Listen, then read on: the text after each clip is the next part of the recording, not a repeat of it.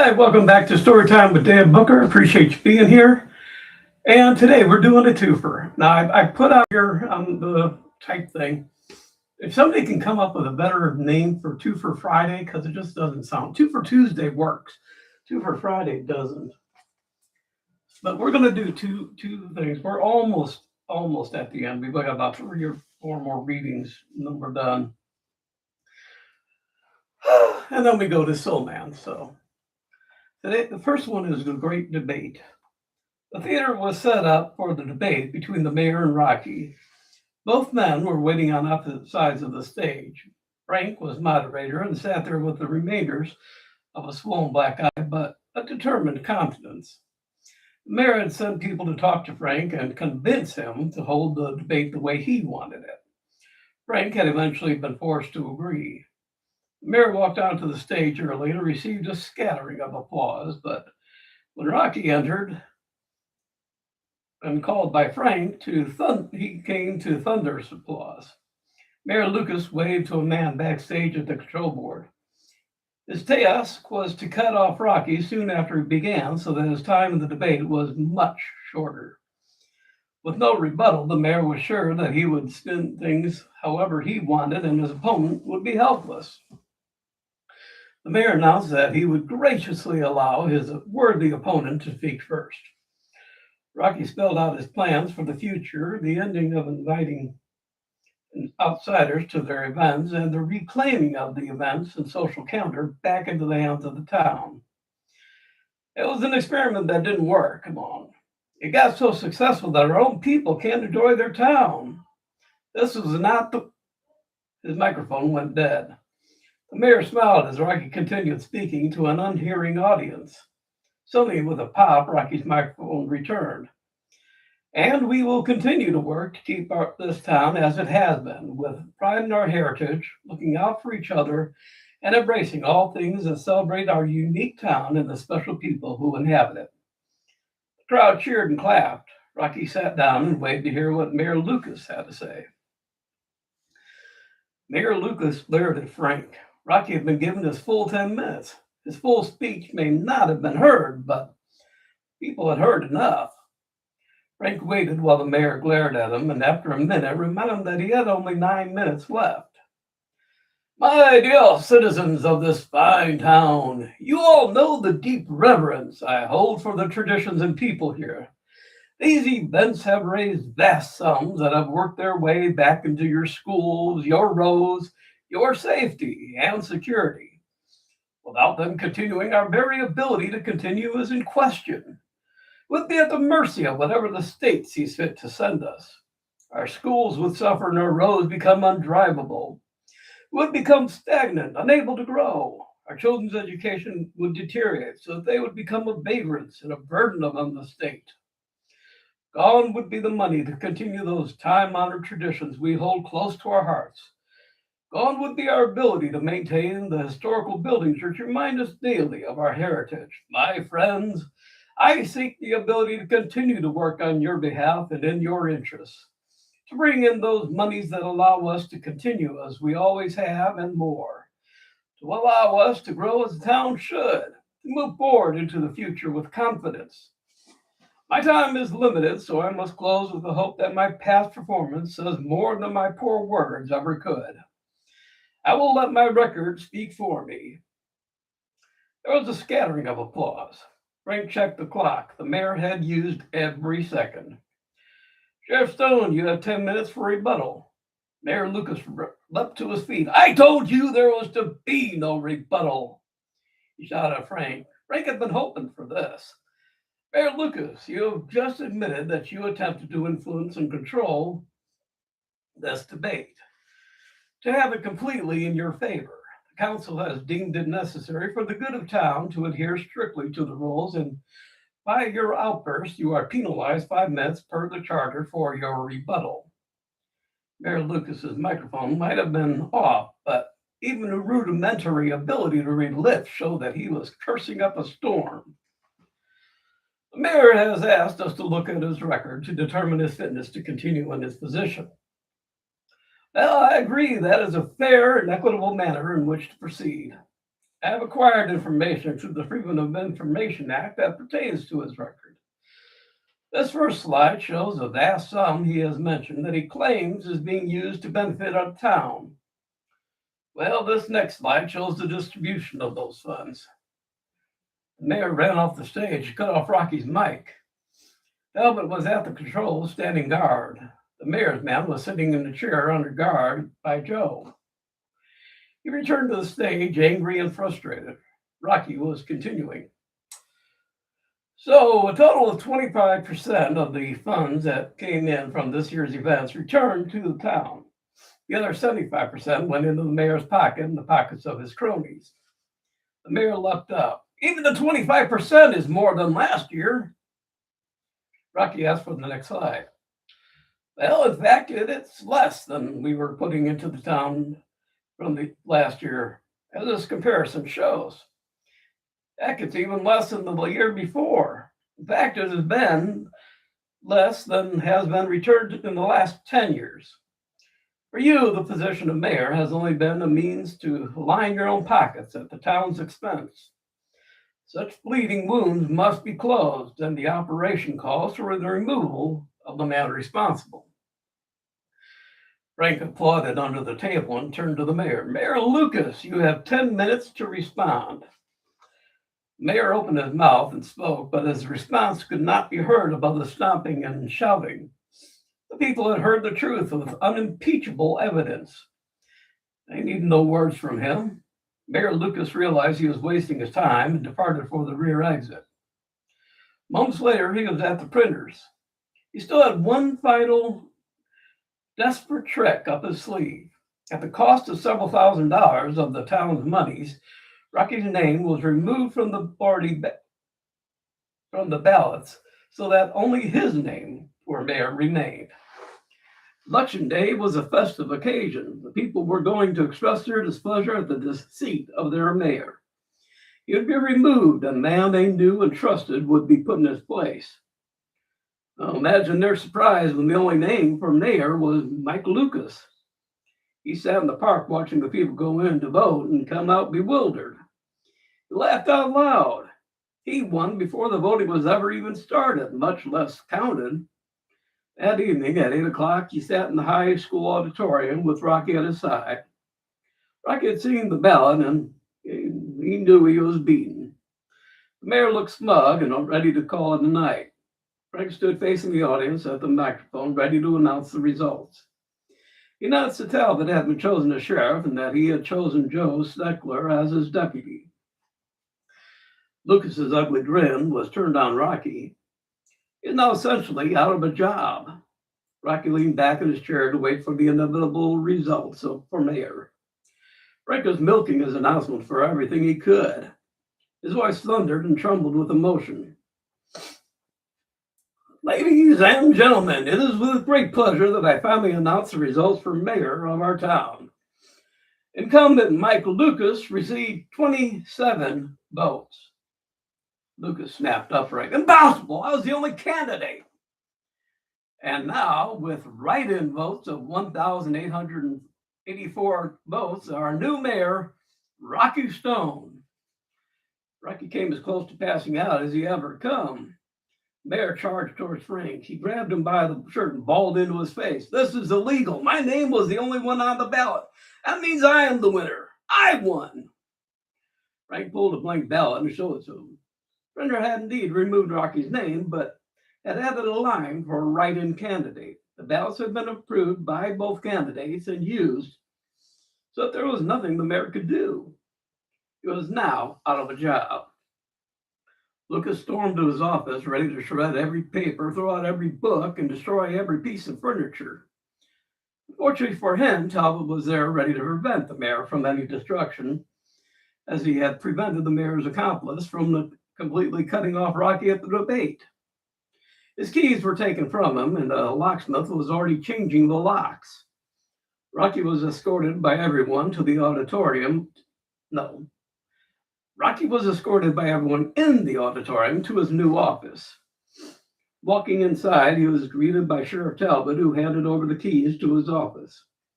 A picture was taken around the conference table of Rocky presiding over a meeting of his executive team.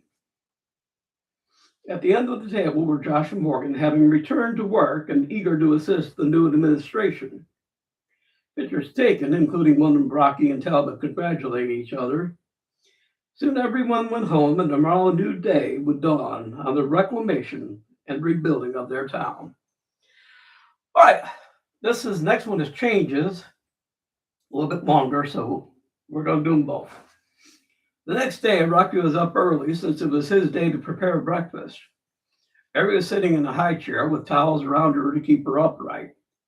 As Rocky worked, he was doing his best to make Mary laugh and succeeded very well. Agnes crept down the stairs to watch Rocky in action. He was chopping onions and he was pretending he was crying. He turned around, wiped his eyes, and let out a trumpeting sneeze. Mary giggled and waited for something funny to happen again. Rocky was making funny animal sounds as he worked around the kitchen, which Mary seemed to enjoy. Agnes laughed as she watched her husband, the mayor, acting the fool for a 6-month-old child. Dressed in jeans and a blue work shirt, he didn't look like a mayor, but rather a factory worker. She felt she had better take over so he could change. I'll do the rest. You have to get dressed for your big day. Rocky looked himself over. I am dressed. He looked at Agnes, confused by what she meant. Rocky, you're the mayor now. You should be in your best suit. Ironed your shirt and tie. The coat's been dry cleaned, and there are clean handkerchiefs folded in the top drawer of the dresser. We'll need to get you more suits. One won't last long if you wear it every day. She would have gone on and on, except Rocky kissed her to get her to stop and listen. Agnes, I may be mayor, but I'm going to be a working mayor. I wear a suit and people see me differently. I wear this and I'm still one of them. I need to keep them comfortable talking to me. They're my boss, just like they were when I was sheriff. I can't ever forget that. That's what happened to Lucas. He forgot who he was working for, and it cost him. I've got to get my pay lowered. I checked around, and most mayors of towns this size would make about $30,000. Lucas is getting $50,000 and getting plenty more on the side. $30,000 is almost double what I was making as sheriff. It'll be enough, especially with you handling the money. At work, he set in motion the corrections to the town budget. When word got around that Rocky was taking the minimum salary for a mayor, their estimation of him rose another notch. He appreciated that Morgan and Josh returned. He was going to need their advice, and he was going to restore things to the way they had been. He had Josh work the double task of temporarily stopping outsiders from disrupting the town and letting the town know that the events would continue for them. Morgan sat in the office to discuss the future. Rocky, I think you're doing the right thing, stopping the outside world from disrupting our lives so much. But we may still want to bring some in just to keep the treasury filled. A few events strictly for outsiders to show off our paces wouldn't hurt. Bring them in for things that we can control more. Rocky considered this and decided Morgan had a point. Well, let's plan out a plan of events to bring in people from outside, places to hold them at that won't interfere with the town as much, and what we need to keep the town and public happy. Together, they worked out a plan where compromise was king. The town got to keep their most precious traditions for themselves and still got to have tourists for special days to keep the pot bubbling. Morgan was writing out the list when he finally noticed that way Rocky was dressed. Hell, why are you wearing that? Think you're repainting the office or something? Rocky wondered how often he would have to explain his apparel. Dad, I want people to still see me as someone from the town. I'm a working mayor, not one who's going to sit in the office on my throne and lord it over everyone. I want them to feel they can come up to the office and chat. Let me know about the problems and call out to me up the street. I don't want to change who I am just because I changed offices. Morgan agreed wholeheartedly. I was wondering if this would finally change you, but it seems that core runs pretty deep. Glad to see it does. He looked out the window. It's good to see that Talbot and Joe are just the same too. I'm glad you gave them a taste of being sheriff and deputy earlier. He turned to face Rocky, who was handing his signature to some papers laid on his desk. Get out of your hair. Watch and the family come for dinner. Julie has something called Tuscan chicken she wants to try out on us. Seems she has Italian blood and wants to introduce me to her heritage. Rocky agreed and wrote a note to make sure it was okay with Agnes. Cat Charlston walked from home into town and up the stairs to the mayor's office. Rocky had said he wanted people to feel free to come in and talk. Well, she was going to be the first to put that to the test. She knocked hesitatingly, afraid he'd get mad for an interruption. When he saw her, he stood up and ushered her in. Cat, come in. She entered and looked around at the imposing furniture. Rocky laughed. Hell, ridiculous, isn't it? I don't know what to do with it. Since the town paid for it, I can't just, dump it. I was thinking of trading with one of the other offices for normal furniture. He offered her a chair and she sank into a soft embrace. Keep it. Contrast is good for you. The office is mayor, but you can still look and act like the rest of us. Rocky bowed. It shall be as you command. What's up?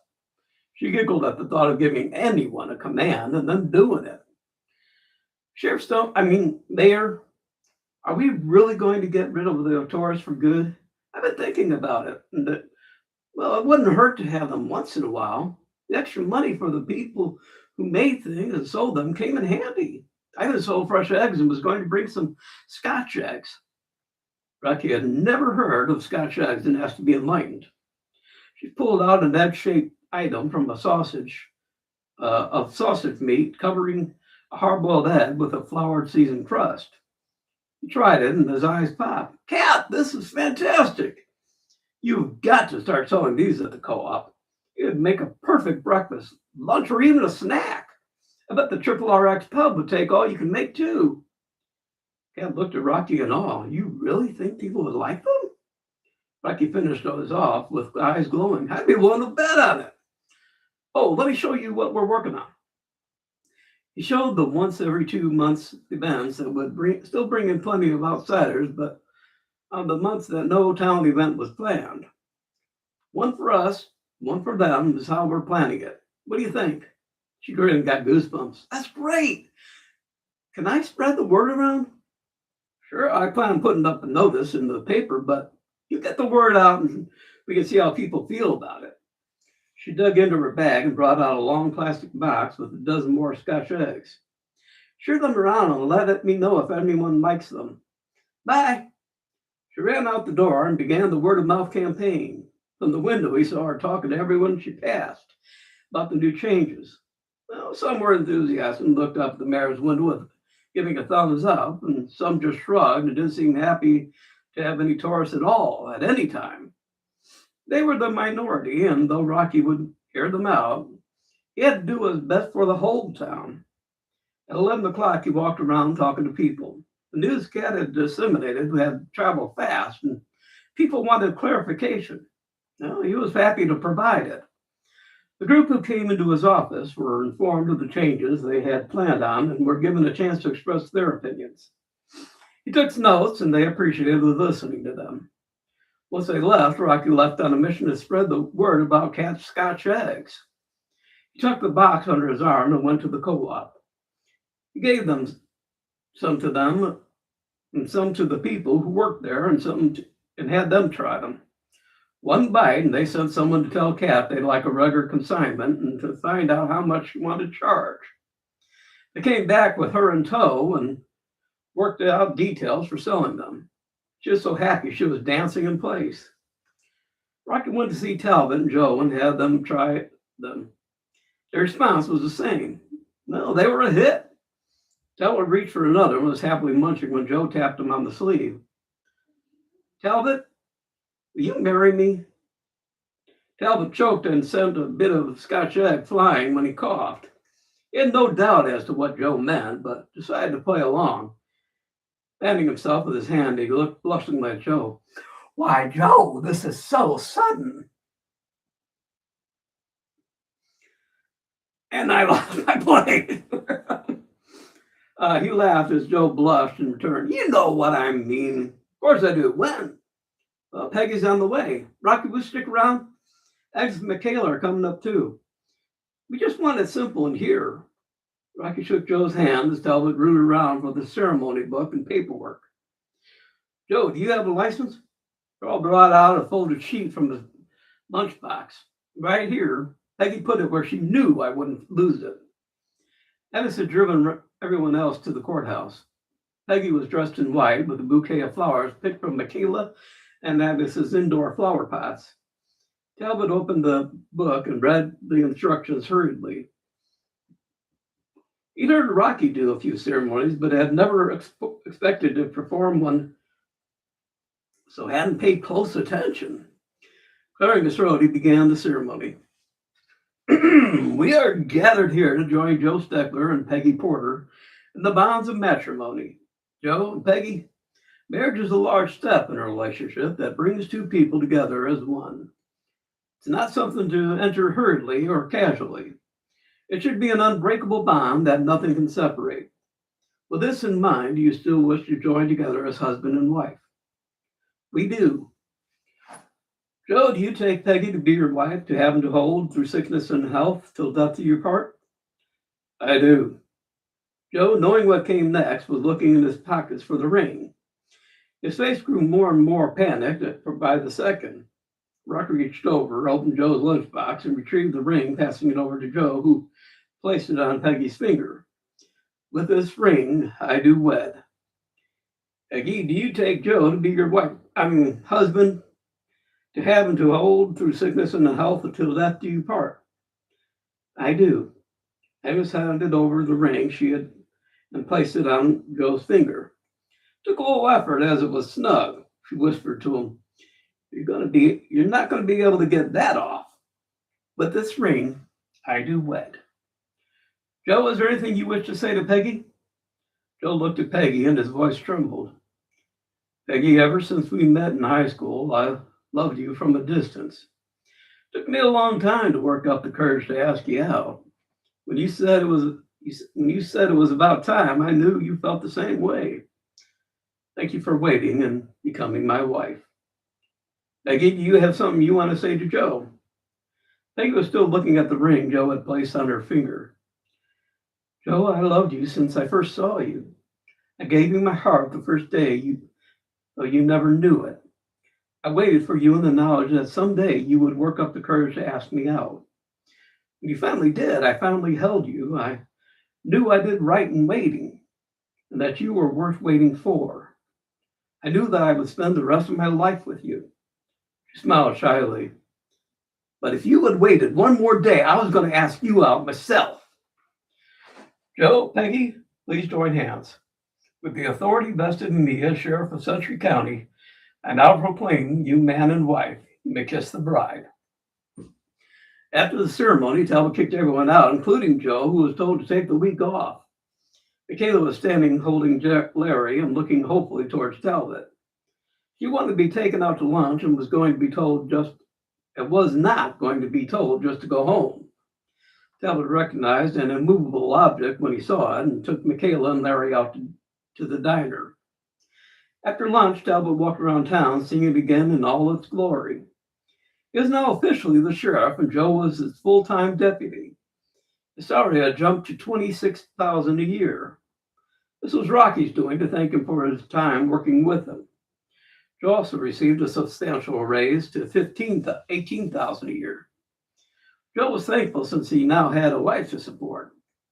He still received a share in the garage as he retained ownership, but was giving his cousin more since he was doing the work alone now. Talbot had a taste earlier in the year of being sheriff, but the thought that the people thought of him now, Okay, let's try that again. Talbot had a taste earlier in the year of being sheriff, but the thought that the people thought enough of him to vote him in was inspiring. His opponent had been gracious in losing and had shaken his hand and wished him well. Made him feel he had to do this job even better than before. He was beginning to understand some of the things Rocky tried to drill into him about their duty, and now it was all hitting home. Passing the school, he saw Julia with a group of children. She had volunteered as a teacher's aide and was there every other day. She waved, she waved Talbot over and pulled him aside. Do you have time to spend some of it with the children? I like them to get to know you so that if they ever need help, they recognize you as their friend. Talbot agreed and might be helpful and played with them. He pushed them on the swings and then had them push him. He slid down the slide and then caught them when they did. He played pass the ball and hot potato. He made the children laugh and sang songs with them. 2 hours later, he felt he had better get back on patrol. Without anyone saying anything, the children gathered around him for a group hug. Something about it made tears come to his eyes, and he resolved that either he or Joe would spend a half hour of their day and make it regular part of their patrol. Down a side lane, he passed Horse on his way to the Triple RX for his afternoon beer. Talbot greeted Horse cheerfully, and Horse nodded to him, whinnied, and passed on. Horse stopped after a few steps and got down on his haunches, his head jerked towards his back. Talbot understood, but didn't understand why he was being afforded this honor. Climbing aboard, Horse stood and walked the rest of the way with Talbot on his back. To Talbot's delight, Horse took the long way around and people waved as they went past. When they had wended their way to the Triple RX, Talbot dismounted and received a hug from Horse. Giving Horse a hug back, he watched as they went inside and was handed a bowl of beer. Walking away, he heard Matt saying he had been worried about his being late and had his bowl filled, ready and waiting on him. Further on, he ran to Cat, who was outside, sitting on her front porch, looking depressed. What's wrong, Miss Charlston? Oh, hi, Sheriff. I bought the Mayor Stone some of my Scotch eggs today and gave them to some people to try. Yeah, I know. I had one. They're fantastic. Never had anything like it before. Kind of take a long breakfast. She heard her head snapped up. You know, that's what I'll call them, take-alongs. Anyways, he took some to the co-op and they liked them too. Now they want a couple of dozen by tomorrow, and it takes a while to press them so that they stick. Sausage meat has to stay real cold and my hands ache. I kind of wish I'd kept my trap shut. Talbot sat on the stoop to think. Thought he might just know the very person who could help. He asked to use the phone and called Joe's cousin. He explained that Cat needed some sort of a mold unit that she could lay the sausage meat onto and put an egg on top and then close the two halves together. If it worked right, it would save a lot of time and she could keep her hands warm. He promised to have something for her in a couple of hours. Walking around some more, he visited the co-op and general store, checked in at the bank, and stopped at the courthouse to see if any messages were waiting. 2 hours later, he headed up the road to Miss Charlston's. Hearing the squad car arriving outside, the door burst open, almost coming off the hinges. Cat came out and hugged Talbot. Come inside, you have to see this. She showed him two hinged half balls with handles. She had rolled out the sausage meat and using a cookie cutter, cut the meat into circles. First dusting the halves with flour, she laid the meat inside each half. Laying an egg centered on each top of it, closed the halves together. Made a perfect ball of Scotch egg, floured and ready for the fryer. I can do 10 in the time it used to take me to do 2. Thank you for helping me out. I'll bring you a bunch to the courthouse tomorrow so you can take some home to Mrs. Talbot. Well, glad things worked out. If there's anything I can do, you only have to ask. He left and drove off to check the outlying areas before heading home. As he drove, he was reminded of the sermon Pastor Martin delivered on Sunday. He who would lead must be the servant of all. When he first heard it, he scoffed at the idea.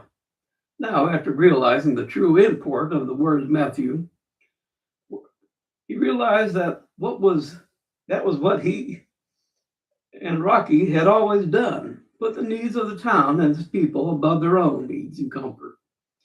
Found something warming and invigorating in it, as it had been often said in the Army, respect had to be earned.